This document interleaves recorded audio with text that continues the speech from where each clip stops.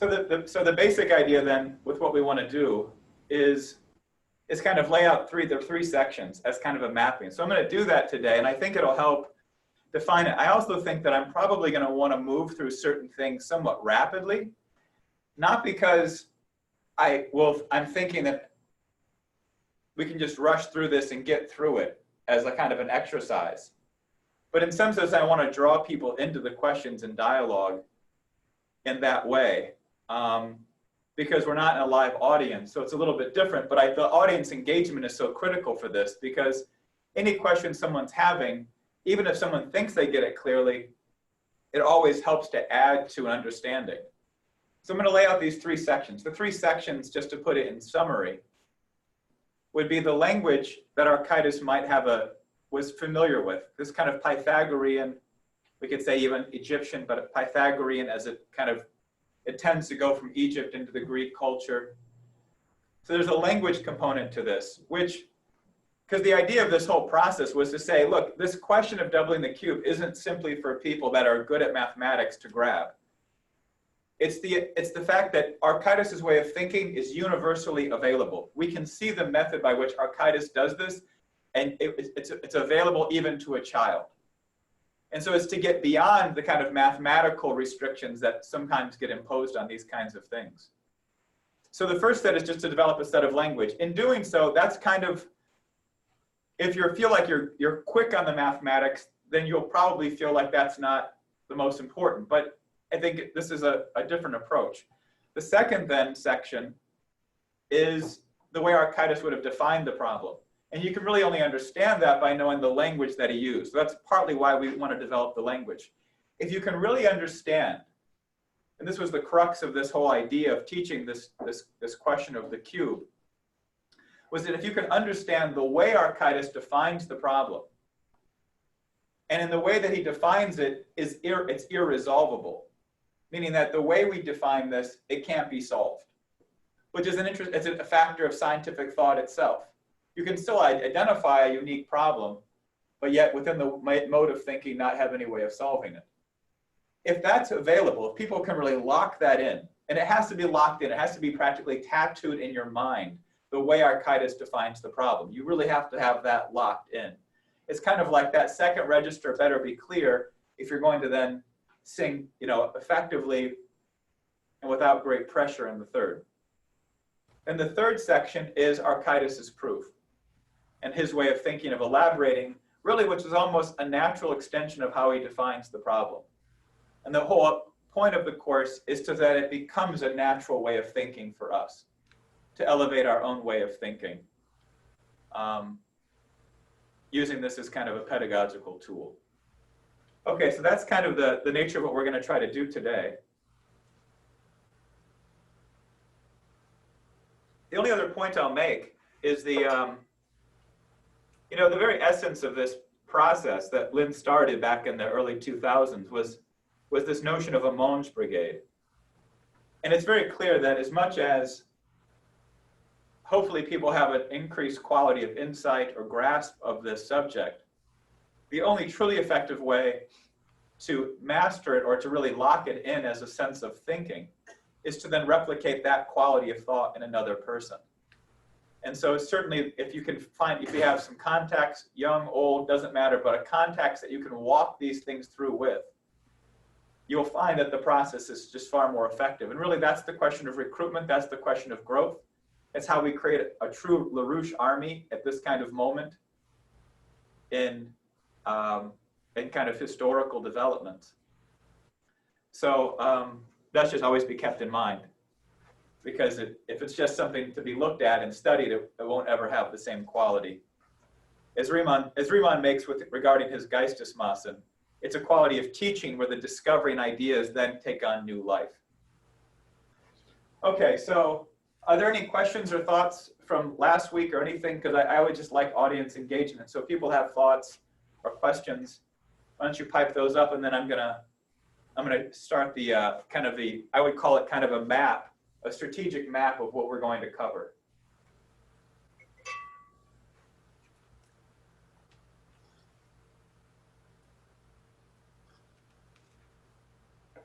Yeah. Okay.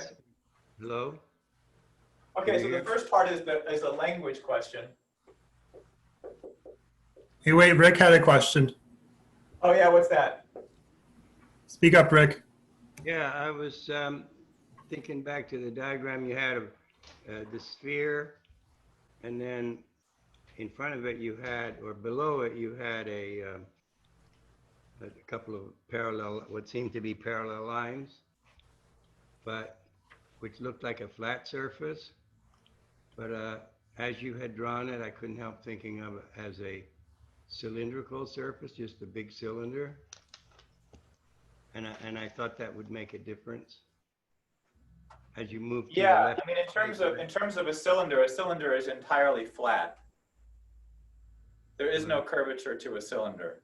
Well, That's the irony of that. And if you move left and right on the cylinder, you'll go into the page though. yeah, well, if it was an infinite flat plane that you turned into a cylinder, it'd be like a Kusa. It'd be a Kusa kind of experiment. Well, So on a finite plane, yeah, you would create a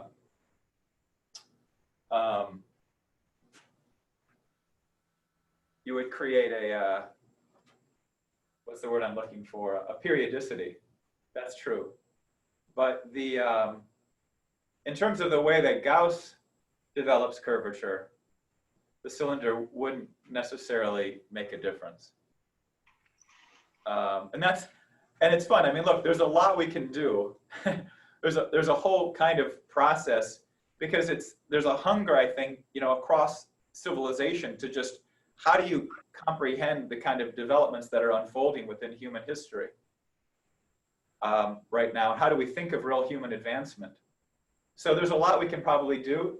The questions of curvature could be a really fun thing to go into and get into Einstein's thought because and what Riemann did. But so that's useful. If there's more questions, I'll take them up, but I want to make sure we stick to somewhat a narrow path of the cube. Just in the broader development of a subject. But do you want to say anything more, Rick, or does anybody else? the reason I thought of it is because I said, well, I don't know where he ever got the cylinder and the cone got to intersect a donut. I said, where did he come up with the idea of a cylinder? So that's why I thought of a cylinder when I saw your drawing. Yeah, hold on just 1 second. Oops, damn. I forgot to plug in my speaker. So I had a hard time hearing you.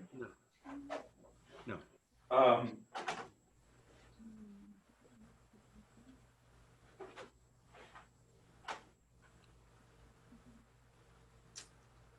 So yeah, there are certainly intrinsic. Well, that's the good point. What we will certainly resolve, I think, at least beyond what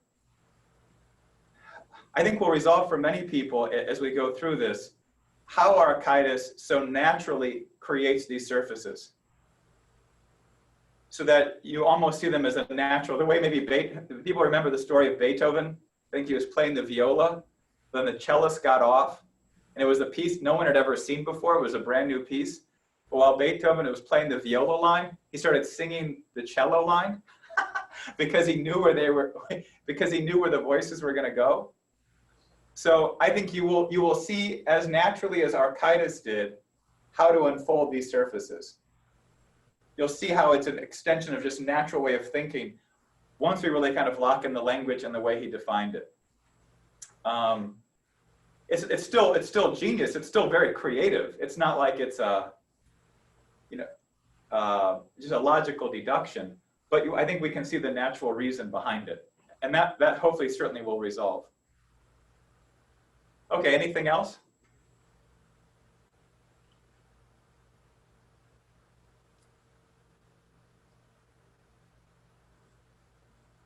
Okay.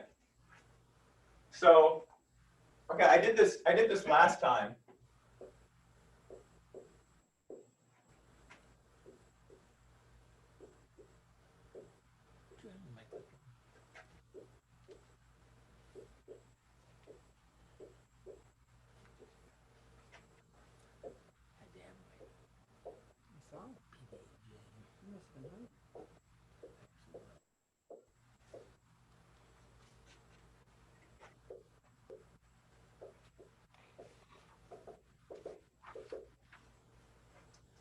So just in terms of the language part of this, what we're going to find is that there's this characteristic between the cubes, this kind of growth process of doubling. And like I said, I'm going to go through this somewhat quickly today. I'm happy to take any questions at any time, but so just jump in.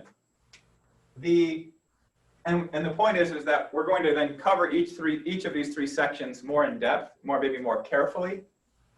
But I also think it might be useful to do it this way as well. Now there's something, what you would call this a geometric sequence. And a geometric sequence has a certain characteristic, which is that I can give two numbers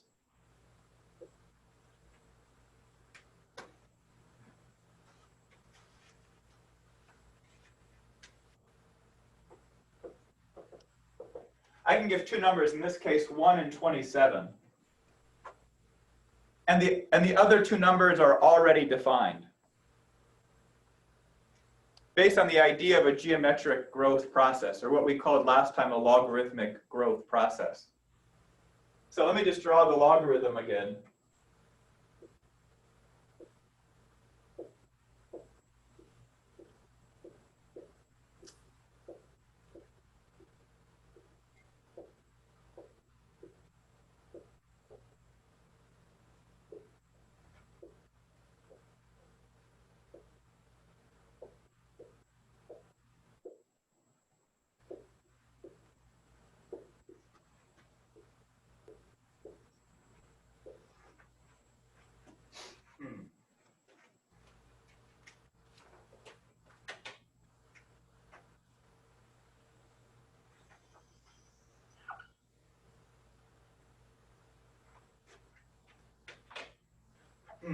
So the whole idea of this relationship of the logarithm, and like I said, we'll come back to this maybe more in depth, but there's a lot to explore. We can get into the golden section and just see how the golden section works with this dynamic. As people know, the conic sections and this kind of conical growth process was very kind of intimate to Lin's language of how to think about an anti-entropic and economic process. There's the whole old delta, I think chapter 2 of So You Wish. So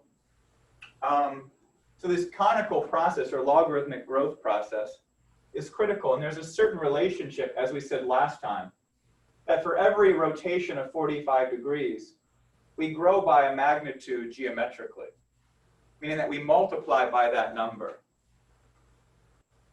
And so in this logarithmic process, you see the similar characteristic here in the relationship of the doubling of cubes, right? So the next cubic number, like we said before, you could have 1, if you talked about square numbers, it'd be 1, 4, 9. If we talked about triangle numbers, 1, 3, 6, 10. And so in the cubic numbers, you have this characteristic that if we're adding by just adding cubes to the dynamic, so we're doubling each time, to get to the next cubic number is 8. This is something that would have struck Archytas as an intrinsic part of the language of the problem, in terms of what we mean by doubling a cube. The same way that we think of when we think of doubling a square, in the way that Plato develops in the Meno dialogue.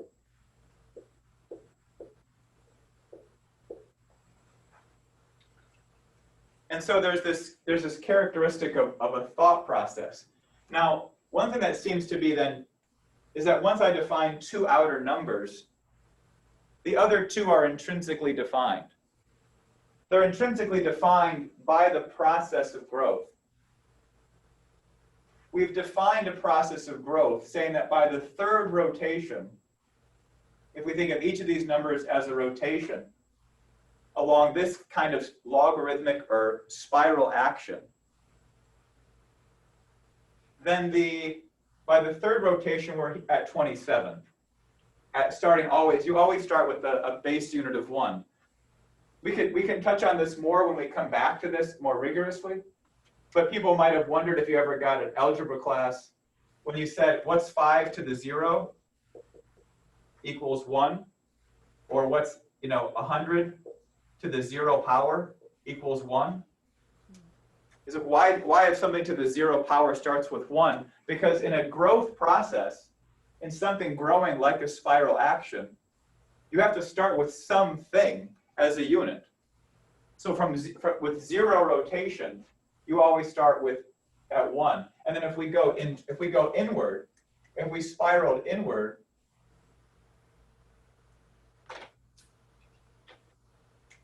this point here would be I'll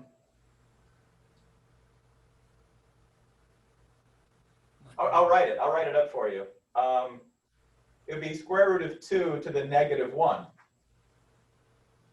So you actually can get into negative, what they call exponents or powers, because you're rotating the opposite direction.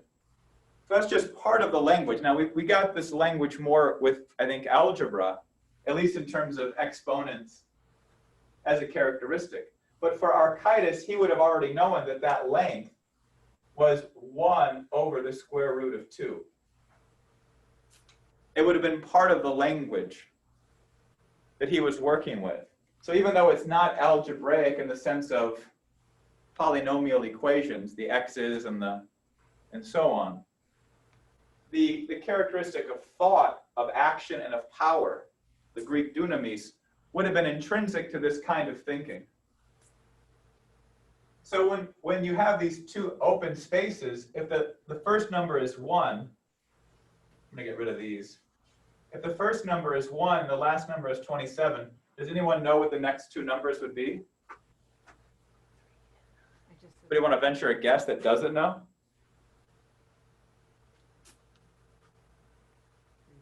In this case, it's fun to be wrong. It's not always fun or good to be wrong, but in this case, it can be.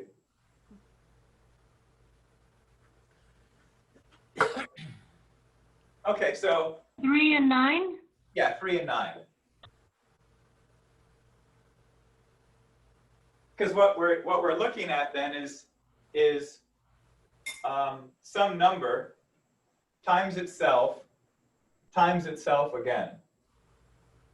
So 8 is 2 times 2 times 2. It's 2 cubed.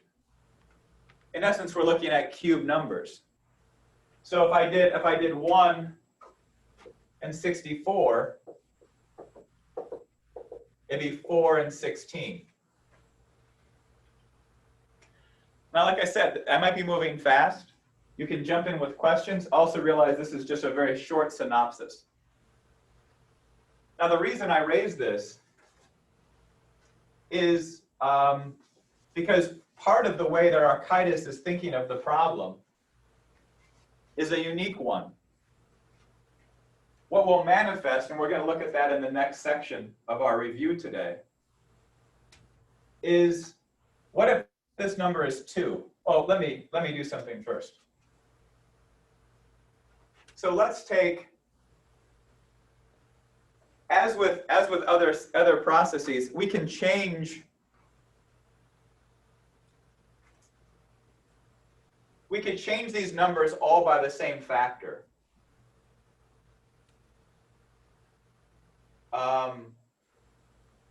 So let's just take, for an example, I could take 1/2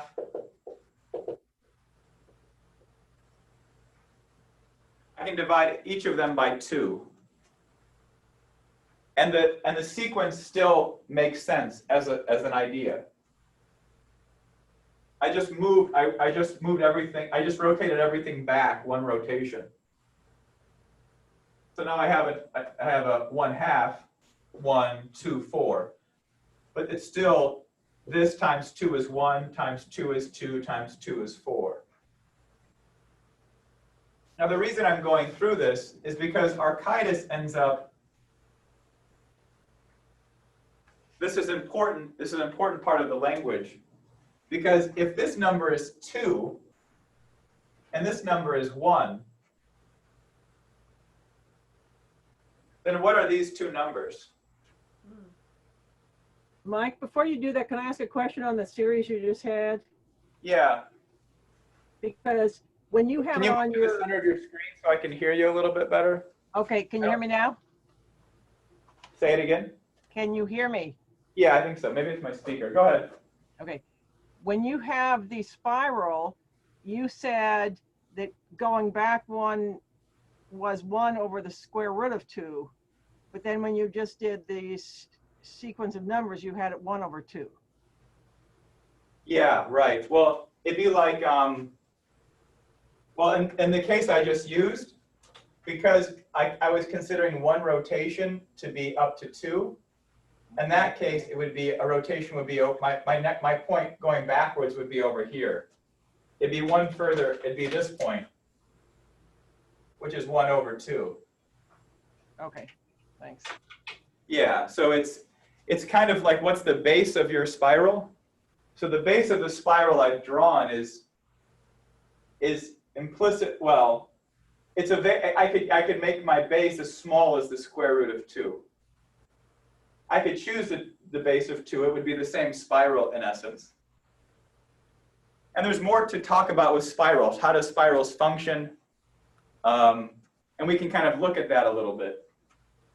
But yeah, that probably explains it enough. In this case, the base of the spiral is 2. So when I do rotate one rotation, I get to 2. If I go back one rotation, I get to 1/2. So for Archytas, the process is, well, let me say something. So, well, let's just take, he sees these two numbers, 1 and 2, for a particular reason. The length of a cube of volume 1, the side of that cube is 1. So let's say this is the volume, and this is the side. The side of a cube of volume 1 has a side of 1. A cube of volume 8 has a side of 2. Okay? What we're looking for, and remember I said this before when we doubled a square, you know, we're looking for a segment that's as specifically defined as the diagonal of a square. That's ultimately what we're looking for, is a magnitude length. That magnitude length is if you have a cube of volume 2.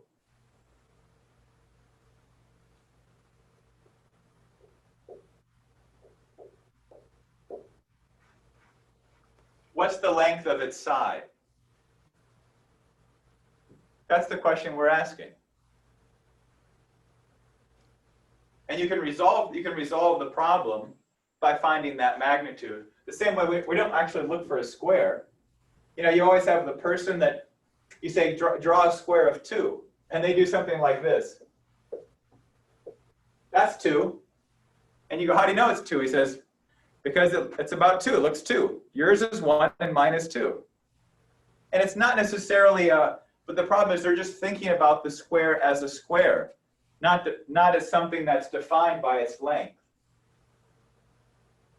And so we want to make sure we're clear that what Archytas is looking to generate is a length.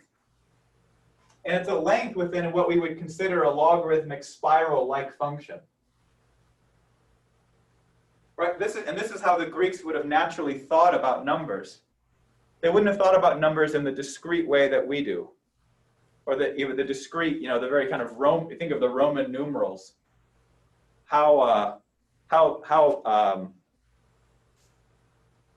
arithmetic can you be, right?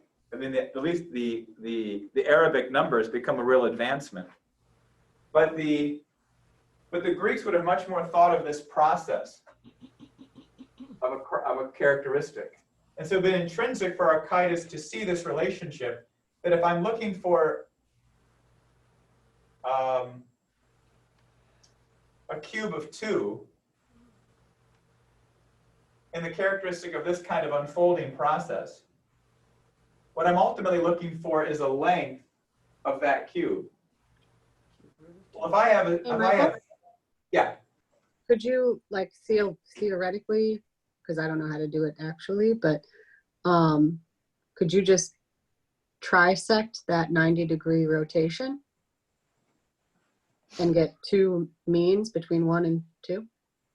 Would that fall on the logarithmic curve if you did that? The length? Yeah. Yeah, sure. I think so. That's right. Now, if you can trisect that angle. I Yeah. sure as hell can't, but Oh, it's a good question. It's a good way of thinking about it. Yeah. Absolutely.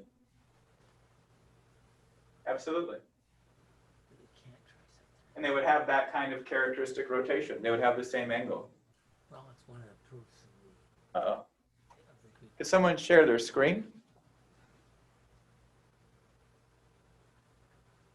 Hey, Dave, my screen just changed. Sorry, hold on. Oh, okay. Okay, how's that? Now I just see you.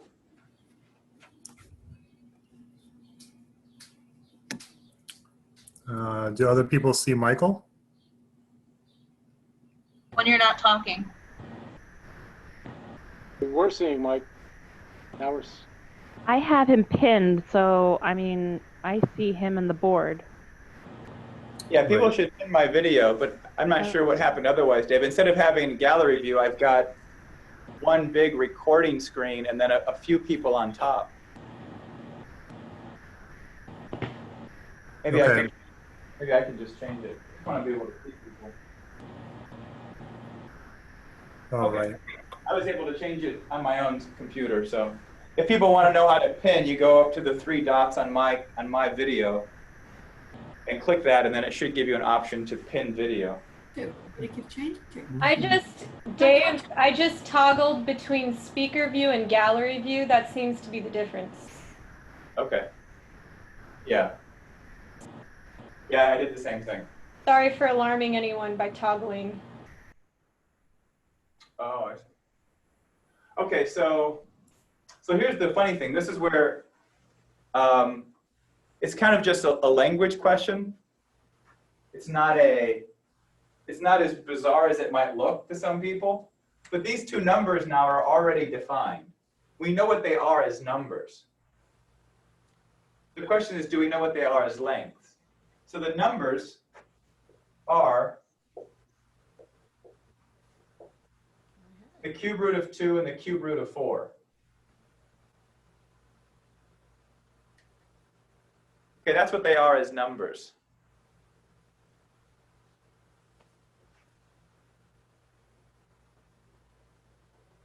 Now, people might be confused or have questions on that, but the point is that what Archytas is going to realize is that we can define, if he can set up a relationship logarithmically, but in a bounded sense, right? So we're going to try to create a bounded relationship of logarithmic relationships. Then if he can create one length to be 1 and one length to be 2, then the inner two lengths are going to be the cube root of 2 and the cube root of 4. Now, how he does that is not easy, but it's also part of the language process. There's a creative leap that he's able to deal with. And so what we're going to do is come back after today. We'll come back and then explore this. And it may just take one session. It may take 2. I think we might want to do like the golden section. We might want to do the Pythagorean theorem just to get a sense of thinking about proofs, to refresh people's memories of those kinds of things. Plus, it's always good to have the Pythagorean theorem in your mind with certain clarity. Can I suggest something? Yeah. You take the 1, instead of being a 1, being a 2 to the power of 0, and then the 2 on the far right being 2 to the power of 1. Uh-huh. Then we take the other 2 as 2. The first one is 2 to the 1/3, and the second one is 2 to the 2/3. Yeah, we could play, and that's where we start to get algebraic. And there's and it's fun. We can redefine things, but it doesn't change anything for us. It just but what you said is accurate. What we want to do is just kind of immerse ourselves more into the language of the geometry that Archytas might have thought about. But this is the first characteristic, and we'll come back to this. It tends to be a little bit more algebraic. And I found that in the last course that presenting people with this and then coming back to it later, in the context of where we're actually going to go, it made more sense. It made more sense. So are there any other questions on this? Because I think if there aren't, we can go on to the second stage. We've at least defined how Archytas is going to want to move. Yeah, go ahead. Yeah, sorry, I did have a question. I get what you're saying in terms of the geometric idea that it's the cube root of 2 and then the cube root of 4, but maybe it's like I'm not quite seeing mathematically. It's a bit of more of a mathematical question, but if you're taking 1 times the cube root of 2, and then you take the cube root of 4 times the cube root of 2, I don't think you get 2, so I'm getting tripped up somehow. Yeah, if you take the cube root of 4, and this is just the algebra characteristics of it. But if you just take, if you get, yeah, if I could take the cube root of 4 times the cube root of 2, I would get the cube root of 8. Oh yeah, that's right. Okay, yes, now I remember. Thank you. Sure, yeah, no, it's okay. Yeah, there's a kind of refresher of some. Yeah. Okay, I got it. And that's no problem. Okay, any other questions or thoughts? Yeah, Mike. Yeah. So you're the bottom row that Maria was just asking about with the cube root of 2 and 4.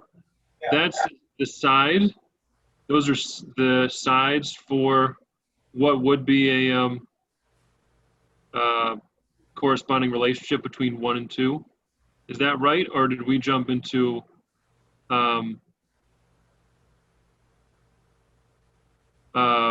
volumes? Well, yeah. So if we let the 1, 2, 4, and 8 be the volumes of our cubes, right? So we start with the cube of 1, we double again, and then double again. And when we double the third time, we actually get another cube number. We get a set of cubes which itself is arrangeable as a cube. So that's 8. And the challenge we have is to come up with a cube of 2. If we take the side of 8, we get 2. The side of a cube of 1 is 1. And in doing so, I'm taking the cube root of 8. That's what a cube root means, right? The cube root means the length of a line that when used to build a cube gives you a cube of that number. So the cube root of 8 is 2. And so these numbers are just the cube root of 2 and the cube root of 4. They're just nominal expressions. They're ultimately questions, right? This number is essentially what the Greeks resolved. You know, David Shavin sent me an interesting email. Maybe I should send it to people, because the Plutarch tries to define this around an Oracle of Delphi myth. But the real story comes from Eratosthenes. And the question is that there had been a plague that had erupted within the first few years of the Peloponnesian War. And in that sense, there was an analysis that there's been a lack of quality of thought. That's why this disease has broken out. But ultimately, what they're saying is, can we determine what this actual magnitude is? Can we now demonstrate what that magnitude is? Can we create a new kind of thinking to come up with new kinds of measurement, in essence? Which is interesting. And at least it's an interesting way of putting it. There's many ways we could put it. And so the question is, can we create a length of line of the cube root of 2? So I don't know if that answers your question, but I think it was pertinent.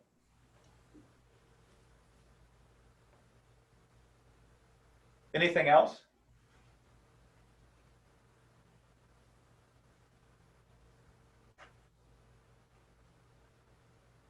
Okay.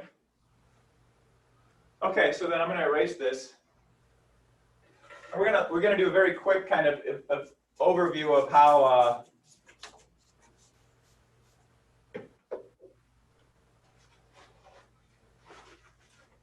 how Archytas defines the problem.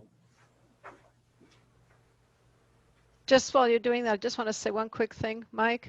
Yeah. The drawing that you made reminded me of the section of the Theaetetus, where Socrates walks into the room and sees these young men, including Theaetetus, doing some work, and he says, "What are you working on?" And he says, "We're working on the difference between," the way it's translated now is between odd and even numbers. And the drawing that you made, I don't know if you realize that, but it's exactly what they were talking about, which is that they call the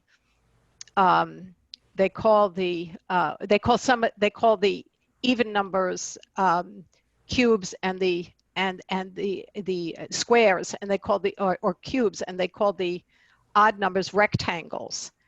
And if you actually look at the sequence, because you faked the one with the double with the two,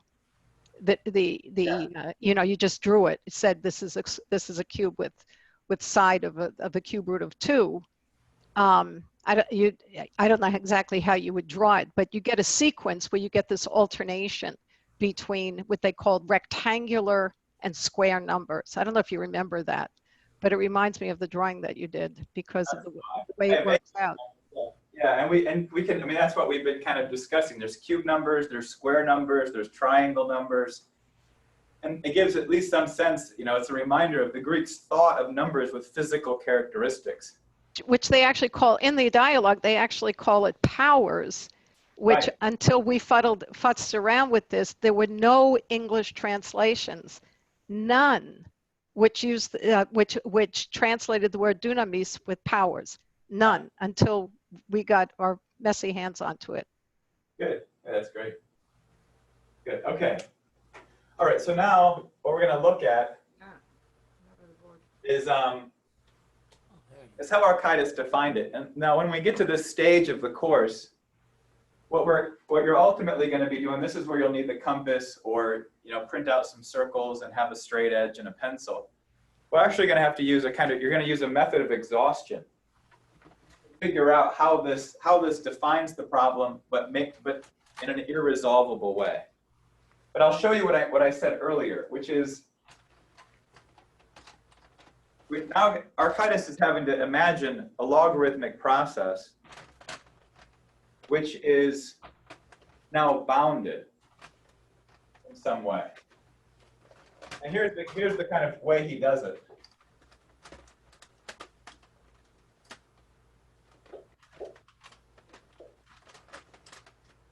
I'm going to take 3 points along a circle, and someone here, paper crumbling, but 2 of them are on the edge of the diameter, and then there's a 3rd point.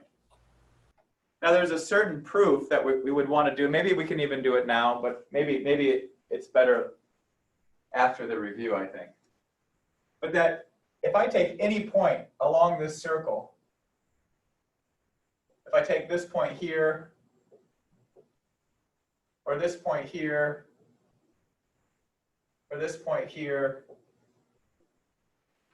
as long as it's an angle where that subtends a diameter, that angle is always 90 degrees.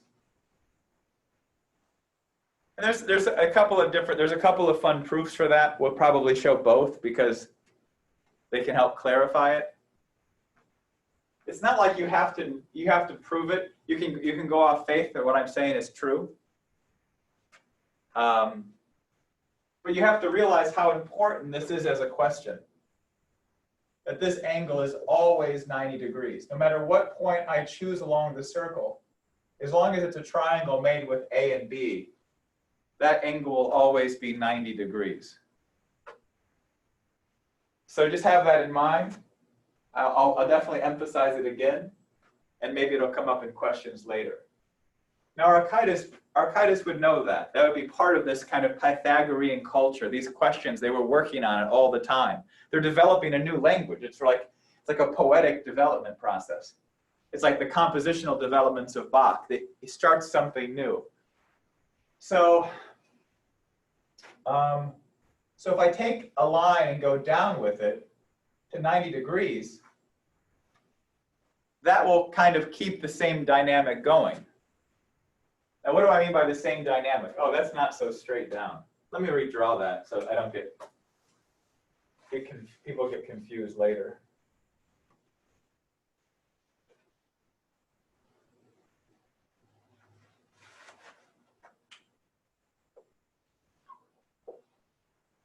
Okay.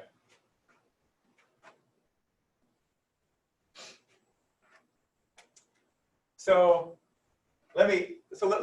I'll stop there. There's one more line I have to draw. But there's a characteristic part, and when we go back to the language part, we'll kind of unfold this a little bit more. But if I take triangle A, C, B, and I call this point down here point D. And then I take triangle ACD.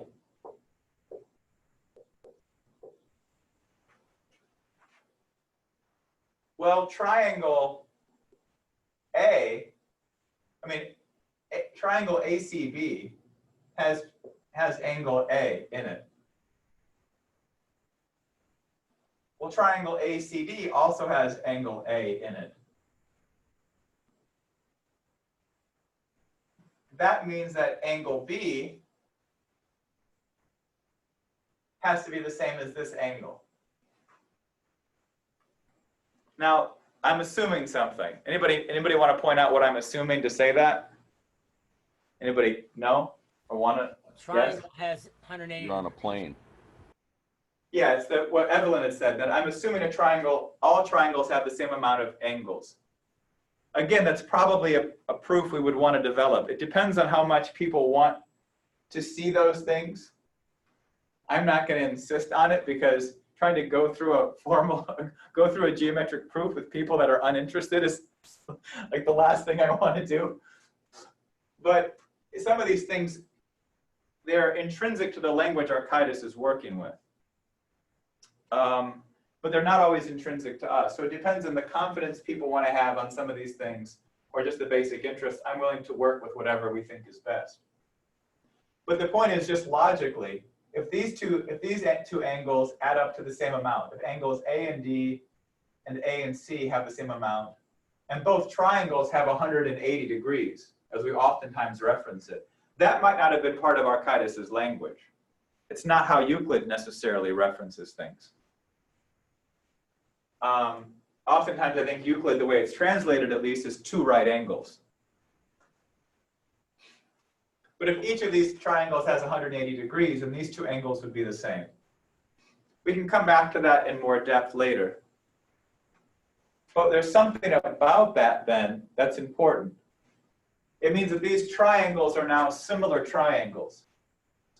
Similar triangles have a characteristic feature that looks like this.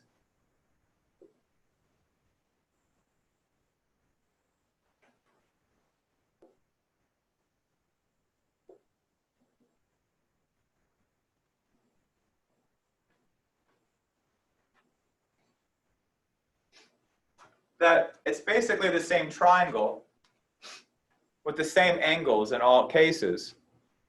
And yet, in each case, the sides are becoming longer.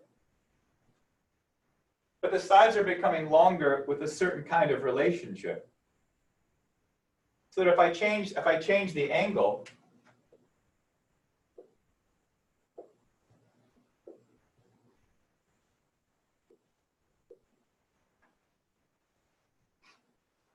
then the way that the growth of the triangle, you say these two lines, how they grow out will determine how much longer this third line is getting. The larger the angle, the more this line will actually grow. That there's a relationship to any particular kind of triangle, as long as it's self-similar, as long as there's similar triangles, like these two are, between the way that that there's a corresponding relationship to the lengths. Now, I've said it more generically. Let me just give you a specific concrete example. So, in this triangle, I have a length AD, and then because this is a 90-degree angle, I have a hypotenuse AC. So I'm going to say that there's a relationship to length AD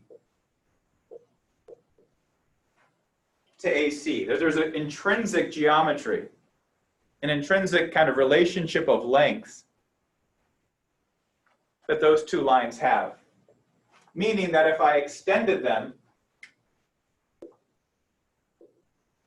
in this example, that even if they grow and get larger, the corresponding proportionality will always be the same. Now here's again, in this triangle, I have length AC, and I have a hypotenuse AB.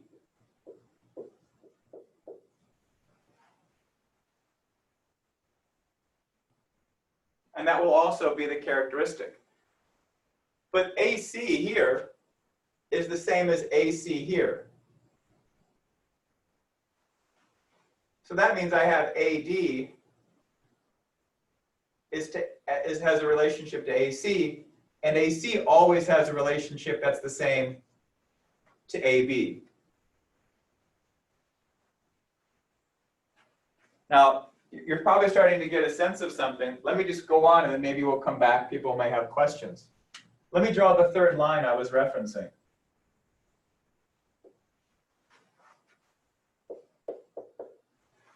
I've now created another triangle, a third triangle, AED.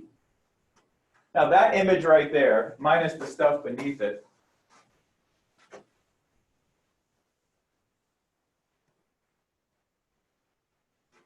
we're going to probably call this our unit circle. This is the construct Archytas develops to be able to unfold it, to unfold the solution. And it's a unique way of defining the problem.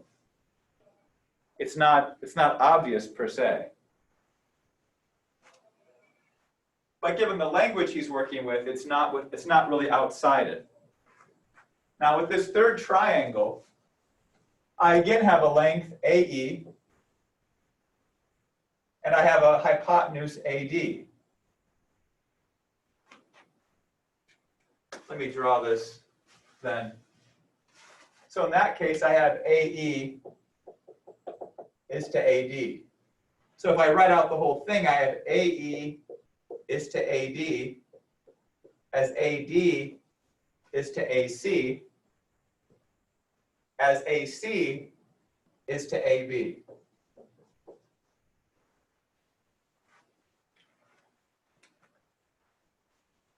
So we've just taken within a circle and with a few triangles and a few basic understandings of how a triangle manifests itself within a circle, this 90-degree angle question, right? Because without that 90-degree angle being true at point C, what we just constructed wouldn't work.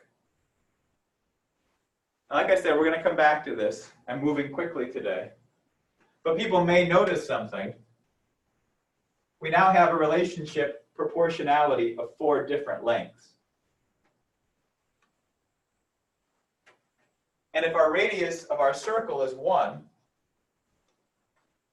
then our diameter of AB is actually 2, which means AB is 2. Well, what if AE equals 1?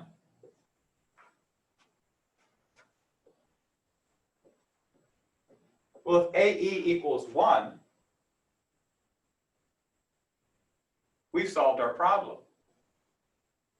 Because as soon as AE equals 1, AD equals the cube root of 2. And AC would equal the cube root of 4.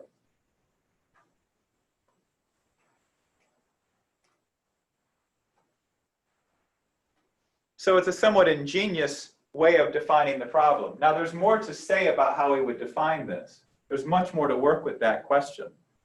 But I want people at least to kind of see where we're going, to kind of get up to the mountaintop and look at a layout of the battlefield, to see how we're going to set up these relationships. Kind of Lynn's old saying, tell them what you're going to say it, and then tell them you said it. The question is, what point C, because C can be any point, will create it so that when I draw a circle around A, that AE would fall upon that circle. Because this is where AE equals 1.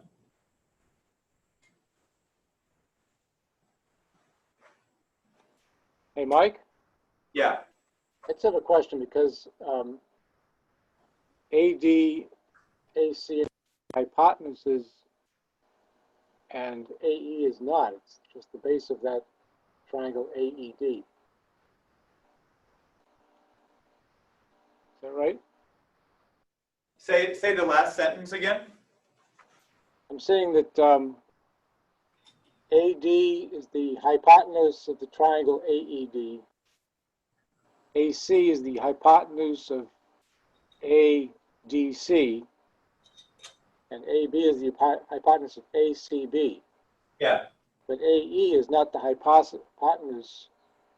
I don't think. No, it would only be the hypotenuse if we drew another line. But we don't need that line. Oh, I see. Okay. But they don't all have to be hypotenuse. And we'll get into this, but it's basically what Archytas has done is constructed logarithmic relationships within the circle based on his understanding of the geometry, intrinsic geometry of the circle. He's been able to construct a logarithmic relationship now in a bounded system. You can kind of think of a spiral with an infinitesimally small, the infinitely small spiral would be a circle. Infinitely large spiral would be a straight line. But it's a question of having it bounded and having unfolded this logarithmic relationship. And it's going to take, that we'll have to unfold a little bit. It's fun. It's also fun to have to think about how you actually get E. Remember, because the way you find point E is you pick some point C along the circumference. You come straight down to D at a 90-degree angle to the diameter, and then you go up perpendicular to AC to get point E. And that generation of those relationships, you kind of have to really have in your mind. And we're gonna have to draw them out. We'll actually have to just spend some time in the session where people can draw it out. Because people are busy, there's a lot going on.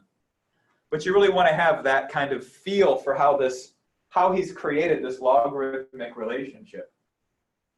And then you have to figure out, well, how do we get AE to equal 1? Now, of course, if you could, we wouldn't have to have Archytas' solution. So there's something about the way we've done this that can't resolve the actual issue. But it becomes intrinsic to understanding how Archytas unfolded then his solution.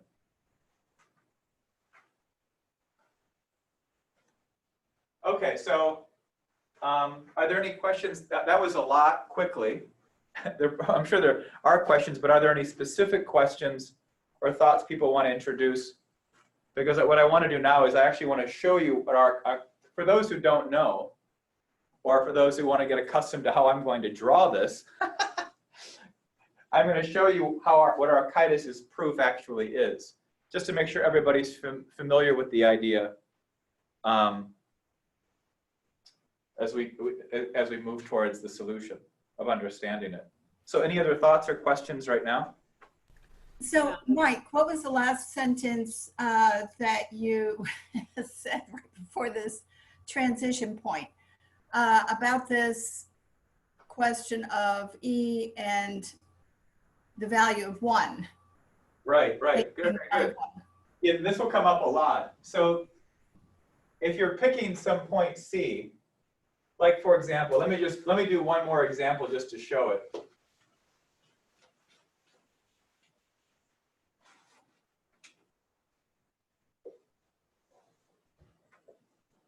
let's say I pick a point C way over here.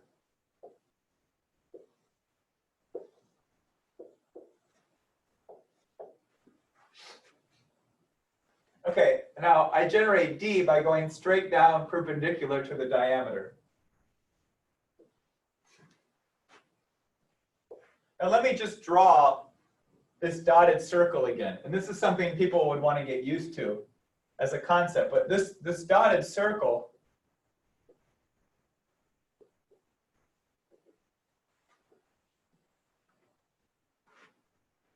is a circle around A with a radius of 1. So the same radius as our unit circle, but instead of this, where this is the center, now A is the center. That means everywhere along this dotted line is a length of 1 from A.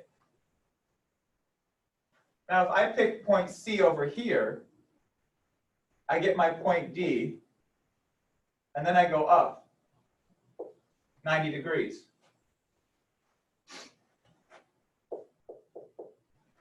There's point E. So that's not even close to that dotted circle. It's not even close to AE equals 1. So now what do I do? Well, you probably want to move C in this direction. So you get AE to become smaller. And that's what we're going to end up working with. And you have to get your hands dirty at that point to really see how an Archimedes method of exhaustion, how that would suffice for practical purposes, but also leaves a big question mark at the end of the day, which is intrinsically what Cusa addresses with Archimedes, right? It was Lind's polemical point of the difference between Cusa and Archimedes and this higher transcendental characteristic. But we'll actually want to apply Archimedes' method here to see how that could suffice. So that's the point I was making. That the question is, what point C actually gives you a length AE that equals 1? Hey, Mike? Yeah. So that also means that the radius around circle A is not 1. We don't know what that is. No, the radius around circle A, this dotted circle that looks really more like a balloon, but yeah. its radius is the same as the radius of our unit circle. Oh, it is. Okay. Yeah. Yeah. So then, unit, go ahead. Well, then so AE must also equal that? Yeah, AE must fall on this circle somewhere. When you And draw, it would then be equal to the radius of that circle. Yeah. Well, but then oh, I see. But that's the starting point. Then you need to build up all of the rest of the lengths from there. Okay. Yeah, you could say, you could do something like, let's let this point right here on that dotted circle be E.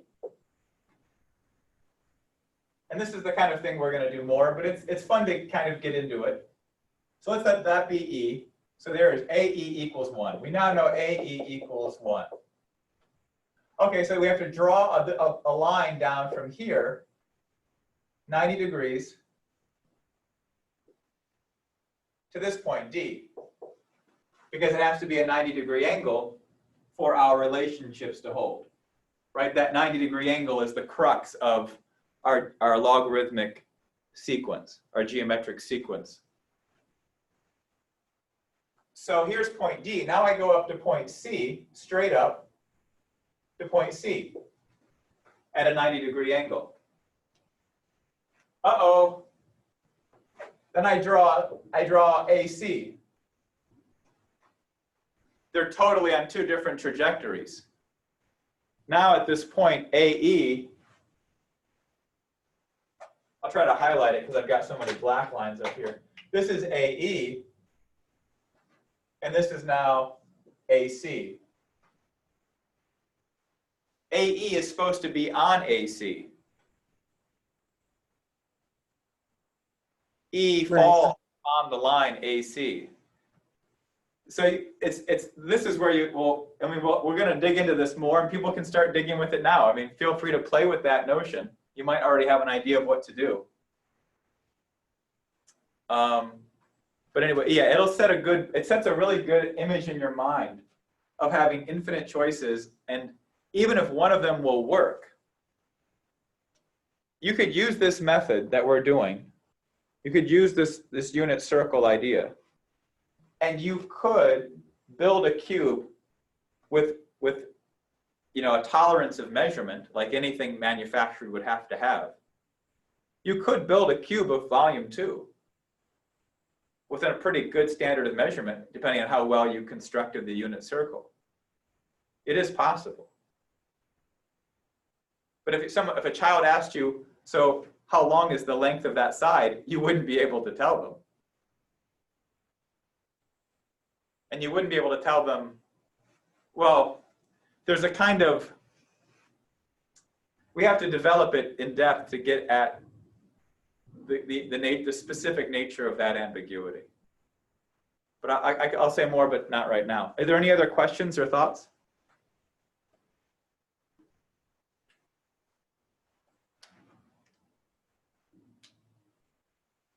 Okay.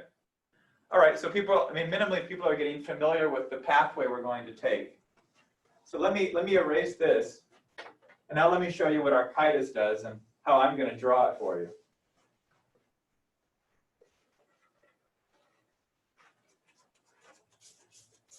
If anybody has a good story to tell, you can feel free to jump in and tell them.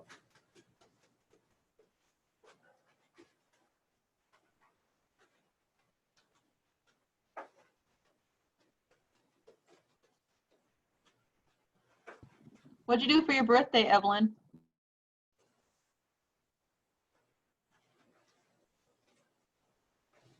People were very nice. Wine, flowers, food, generally very nice. Oh, nice. When was your birthday, Evelyn? Wednesday, June 3rd. Oh, nice. Same day as Roland Hayes. Ooh. Very nice. Okay. All right, so this is what Archytas does. He takes our unit circle and he extends it in different ways. And what I'm going to do is I'm going to develop how these surfaces, the torus or the donut, the cylinder, and the cone relate to one another. And there are some limitations to how much I can draw, because it'll start to get messy. But at least you'll get a sense of now how we have to take what we just did and then naturally extend it into this process. And I think we can, with some dialogue and investigations. And I'm going to leave something out of it right now. There's a critical part that's not in the so-called proof, meaning that there's something beyond just the intersection of those three surfaces, yet it's critical to understanding how everything fits. I'm not going to touch on that right now.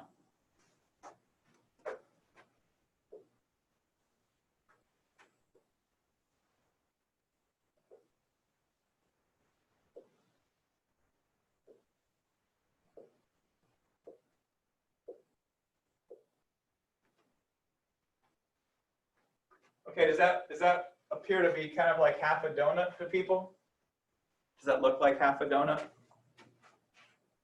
Yes, it's making me hungry. All right, half a bagel. Nice big New Jersey bagel. Where's the cream cheese? That's right, we're gonna put the cream cheese on in a second. So, okay, so in some ways he kind of starts with this. And it's similar to what we discussed last time philosophically. And I don't like to go too much beyond the narrow path of how to think about this. But there's certainly a sense of how do I provide greater dimensionality in looking to solve a problem that's, when we say 3 dimensions, we're having to intrinsically incorporate a fourth dimension. And this proof definitely appears as more of like a composition, as a polyphony rather than something logically deductive. So Archytas starts with this. And you can imagine if this was you can imagine this circle here on the right to be our so-called unit circle. A and B.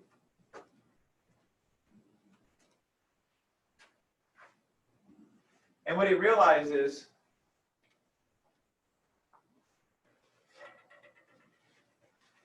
and we'll unfold that. When we get to this part, we'll unfold it. But he realizes that there are relationships within our unit circle, A, B, C, C, and D, that allow him to intersect surfaces. And so what he does is he does an intersection of two surfaces. In some sense, what he starts with is he says, what if I make the unit circle horizontal? Meaning that it's going in and out of the whiteboard.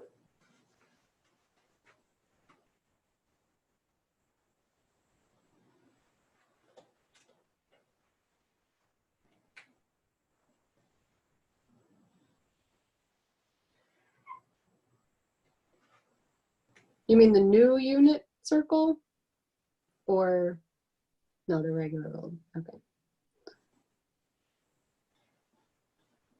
Well, it's kind of this unit circle is the unit circle,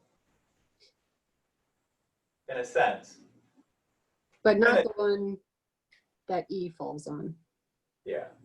I mean, if I made everything clear right now, there'd be no point of the course.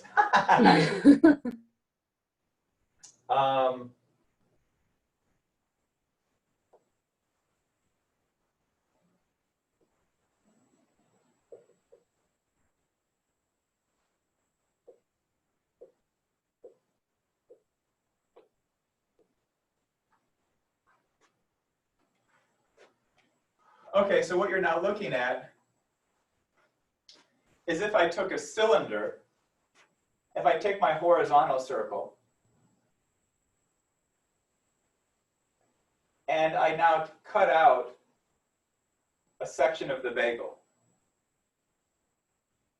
So I take a cylinder, you imagine a cylinder cookie cutter. Someone here, I think, used a bagel or a donut, and then one of those small tomato paste cans. And if you cut both sides out, you can cut really well with it and see. So this might help. So if we take the cylinder and we cut down, we get this kind of red arc that goes along the top of our bagel. And that red arc is where the cylinder has cut out this kind of circle. This part of the circle is the front edge. That's kind of beyond that's kind of outside our half bagel, outside the half torus. But the back side of the circle back here,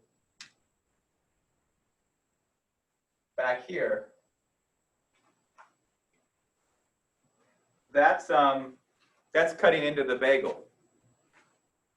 It's giving you your surface for your cream cheese. And the red line is the cut. And we're going to discuss this red line a lot. It really will require an imagination. I mean, Bruce Director has done some remarkable animations. And I can send people, I think it's Riemann for Anti-Dummies 42. I think it's still posted on the Canada LIM site. It might be hosted somewhere else.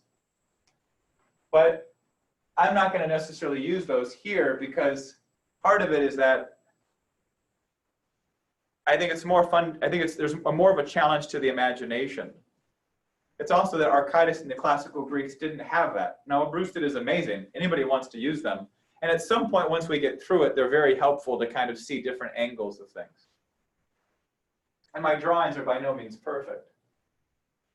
But you also have to kind of imagine this red line. What we did the last time is that people actually imagine themselves standing at point A and having to imagine what that red line would look like if you're standing in the very middle of the bagel.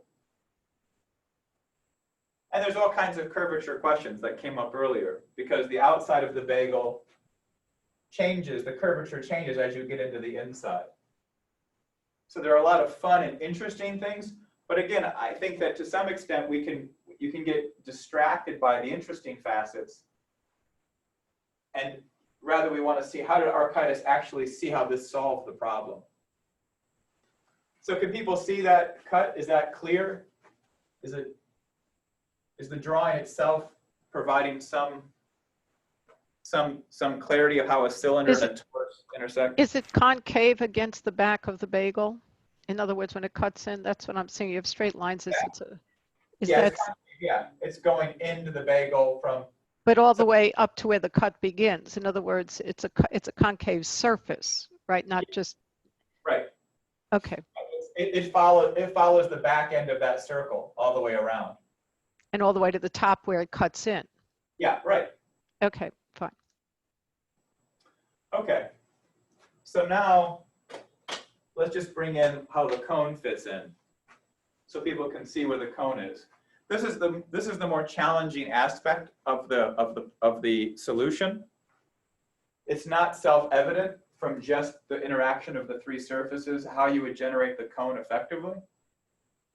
And that's something that we'll then explore as we get to this section of. Mike, I have a question about that red line also. Okay.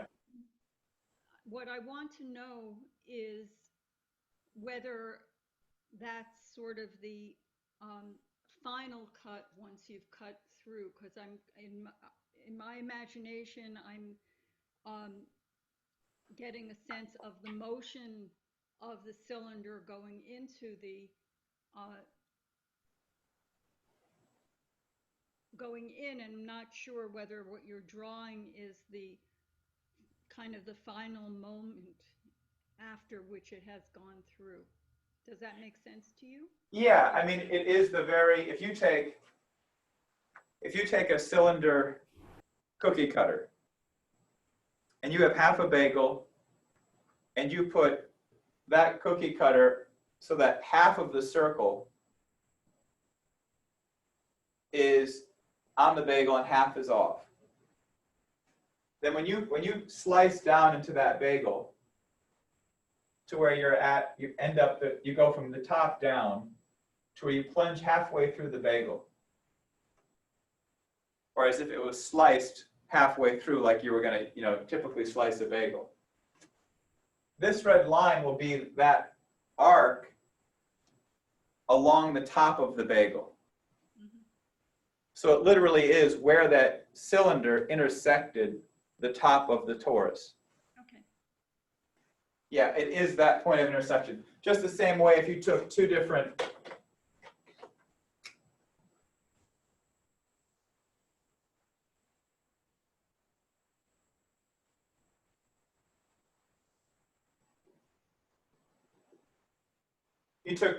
flat planes and intersected them, you would get one line where those two surfaces intersect. Good, thanks. The same is true with the cylinder and the torus, that red line. And it's a very funky line. You really have to kind of get to know it, how it functions, its dimensions, its characteristics. Like I said, imagine yourself standing at point A and looking out to this red arc. That's helpful for me. But let me now show where the cone comes in.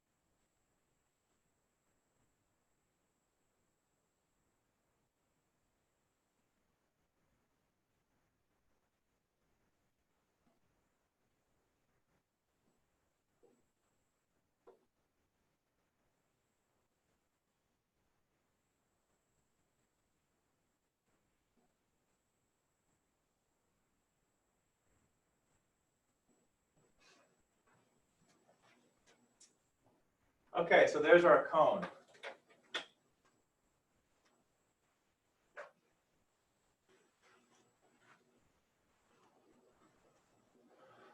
I'm going to get rid of the cylinder just because you'll be able to see it a little bit easier, I think.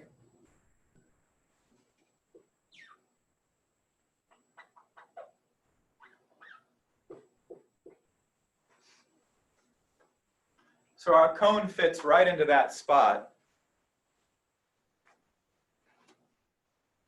where the circle, that horizontal circle of the cylinder, the cone is created within that from point A as its vertice. And then it extends outward so that it intersects that red line. And where that cone will intersect that red line, that provides the solution that our unit circle is incapable of doing.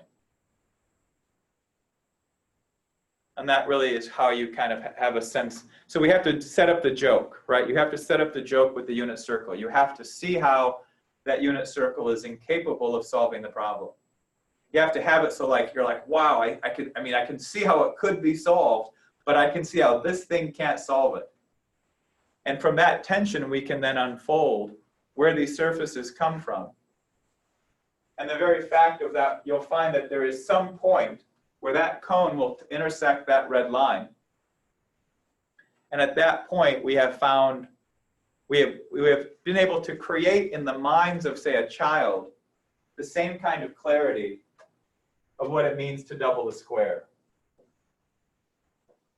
That you can very much, with poetic language, define the diagonal of a square as a location of a line that solves the problem. Yeah, go ahead. Could you just go over again how you actually create that cone? I see it originates at A. It's the kind of the bottom slice of the cone is the same plane as the horizontal unit circle is, but that the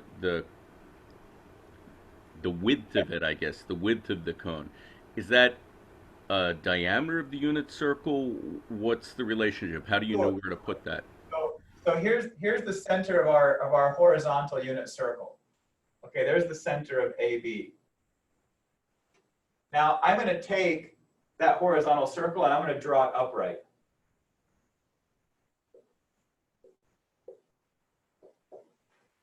Okay? So this circle is this horizontal circle. The way I'm going to draw the cone, I'm going to take this circle around A, and I'm going to take that intersection point right there.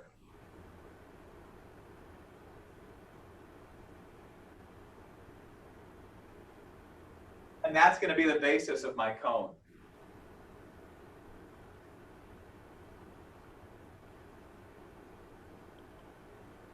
Okay. Yeah, Mike, it's Ron. Yeah. It might be helpful if you touched on the size of your angle of the cone. Well, this is the angle and why now this is, like I said, this is tricky. This is where a lot of people are probably having gone through Bruce's classes before. This is where it always seems like, how did he come up with that and how does that solve it? It's going to take a little bit of time to see how, because there's an intrinsic language that Archytas is working with of how he knew he could build the cone that way. So if the question, which I think is what you're asking, is how does he build that cone and how does he do it that way, both the questions, we're going to have to develop that. And, okay. And so that'll be a critical part of the third section. Well, yeah, my point was just to the question that Rick asked earlier, why the cylinder and why the torus? Well, there's an infinite number of circles in both. And then it addresses that question you laid out in the, you have like an infinite number of combinations to deal with. And anyway, I'll back off. Yeah, no, it's okay. I mean, the angle is defined. I mean, the one thing I will say is that, remember, this point right here, if the cone is drawn, I'm going to draw these two circles horizontally, just to give people a sense. I'm going to draw these two circles horizontally.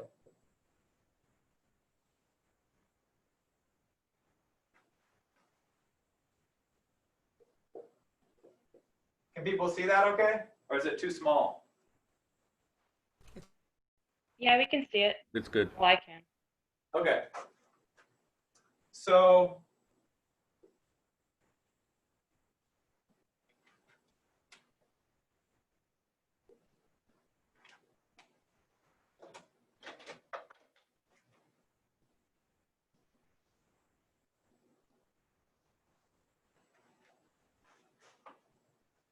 okay, so I've drawn the same cone I've drawn over here. Okay, I don't know if you can see it that well. It's small. It's in green. I probably should redraw it and be. But if you can see it to some degree, everywhere around this green arc, every point around that green arc,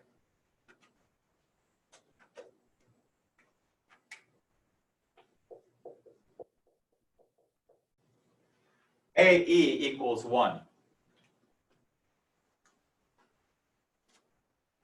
That's how he draws the cone. And we know it's 1 because this length right here is AE equals 1, because that entire circle is AE equals 1. Hey, Mike? Yeah. Just to be clear, that's just a half of a cone. You're slicing. Yeah, that's half of a cone. Yeah, I could draw the other half. It just, you know, drawing too much can get, if I draw more, it's going to get sloppy. But it's right. It's just half the cone. Hi. So I'm finally getting an understanding of like where the cone is and where the cylinder is. But my question is, what is the diameter of the torus? Like, what's that diameter? Yeah, it's also AB. Oh, okay.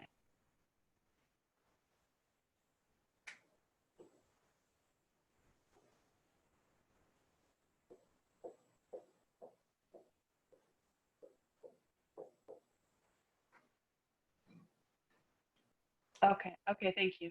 It's the same unit circle. And Mike, Yeah. are you saying that the surface of the cone intersects the surface of the slice that the cylinder made in the torus? Yep. Yeah, that's the intersection of all three surfaces. Mm-hmm.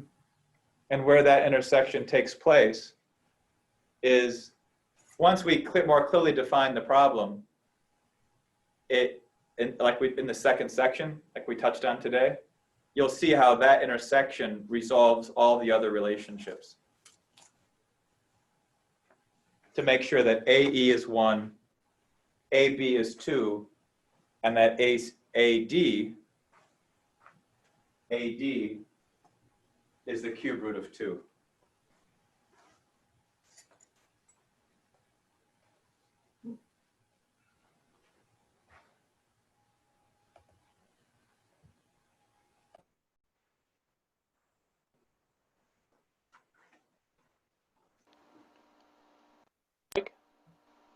Okay, any other thoughts or questions? Yeah, Mike, this is Art. Yeah. How did he happen to decide to use a torus and a cone and a cylinder? How did that happen to come out? Well, that's the third section of the course. So in some sense, it's going to be, but you're asking the right question in the sense that what we want to resolve is not simply that this works. What we want to resolve is that the way he thought about it was a natural extension of two things. A natural extension of the language that he would have thought within, right? Because language is a mapping of a quality of thinking. Lynn's emphasis on the subjunctive mood or the tenses within, say, the Greek language, these questions of thought, but they thought within this kind of Pythagorean language. So that's partly, especially for people that are maybe new, this is a newer introduction, or are less familiar with the mathematics, or less flexible. But to get the language side, but it's a natural extension of both the language and the way he defines the problem. And I think you'll see that. But I don't want to touch on it now. But it's the right question.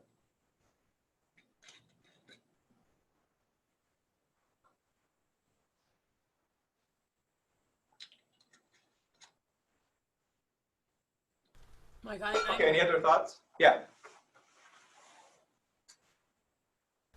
I'm just, I mean, it's kind of a difficult thing for me to get in my visual cortex, so to speak. But this intersection point that occurs between the cone, the cylinder, and the torus. Now, the torus we have to conceive of as solid, don't we? Because it's not an intersection of the surface of the torus. No, it is. It's the intersection with the surface. That red line is the intersection of the surface of the cylinder with the surface of the torus. Right.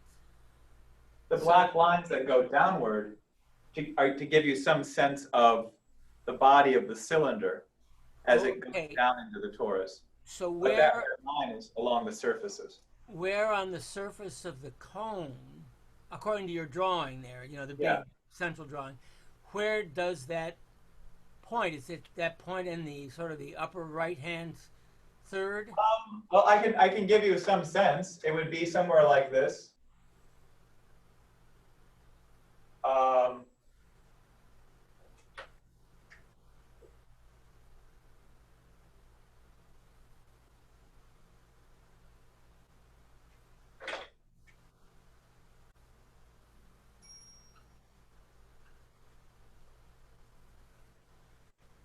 Like that. Well, which one? The far right one is the intersection point? Yeah, this right here, this point here would be the intersection. This would be along the cone. Right. On the back side of the cone. Right. Yeah.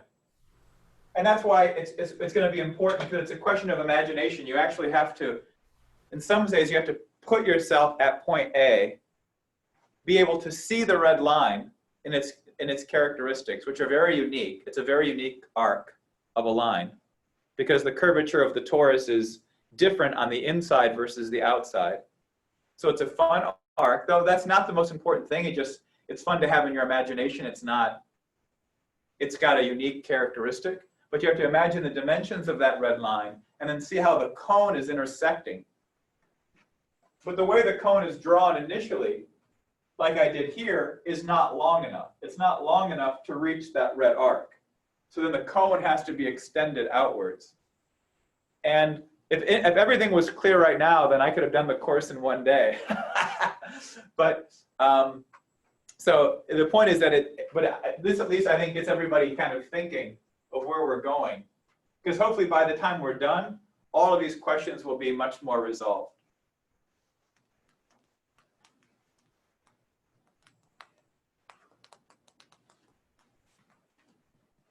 Okay, so I have I'm having a hard time seeing how the cylinder is intersecting the red line. I probably have to just play with it, or something more, but I'm just not seeing that. Sure. That's not an easy thing to see. And I only drew it once. And that's, again, something that we're going to come back to. Yeah. One thing that you might be able to point out is that the red line is not on a plane at all. It's a warped. Yeah. The curve different. It bends as it goes around the torus and the cylinder. It bends in different ways three-dimensionally. Sure. Yeah, I mean, the point is that it's you can see how this is, the fun part is that it really does stretch the imagination to see how these things interrelate. But I also think it'll be easier once you know why the surfaces are generated.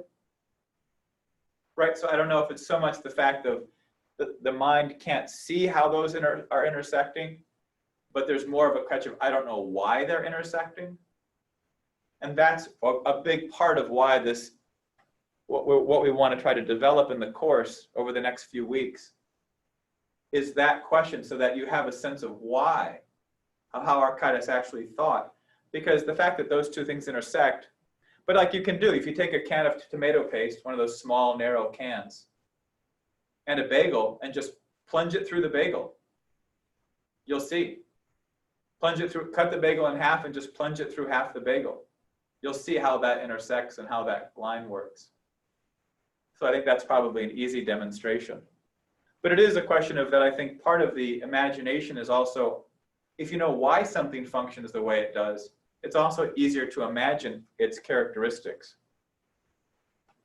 which is a big part of what Archytas is provoking in the classical, in the Greek culture. The bagel with some tomato and pesto, it's good. Yeah, it's wonderful. A little cheese, looks like almost like a pizza. And since Archytas is living in southern Italy, this all makes so much more sense. Okay, any other thoughts or questions?